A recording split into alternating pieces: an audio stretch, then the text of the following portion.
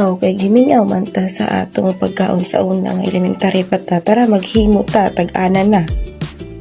Mao ni nga mga ingredients sa atong himuon. Makamingaw bitaw ni nga pagkaon guys, katong sa panahon nga bata pa ko. Mao jud ni ang akong paliton permente sa among maestra sa unas elementary.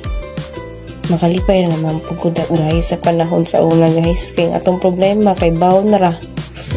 Awan, makaibaw na si mama. Nako, nga bawon na akong gi-squil. Makamingaw bitaw na ang atong problema sa una kay bawon na ra. Ang karon, maproblema ta kung watay kwarta. Ambot barong panahon na, eh. Pero tanawa guys. Sa pagtanaw ninyo guys, ay grabing lamian na yun niya guys. Kay crunch na mo dira ang ace. Then ginikos-nikos na mo dira. Aron, malata siya. Uy, malata wasad. Dili oy, ma-mix na siya ba. Pero promise guys, maurag yun ni ang pinakalami nga pagkaon sa unang hantod karon. Di gid gapon kalimtan. Maunang naghimo mi. So mauna na among gilingin-lingin guys, ibutangan na mo og coconut. Uy, di ay desiccated coconut.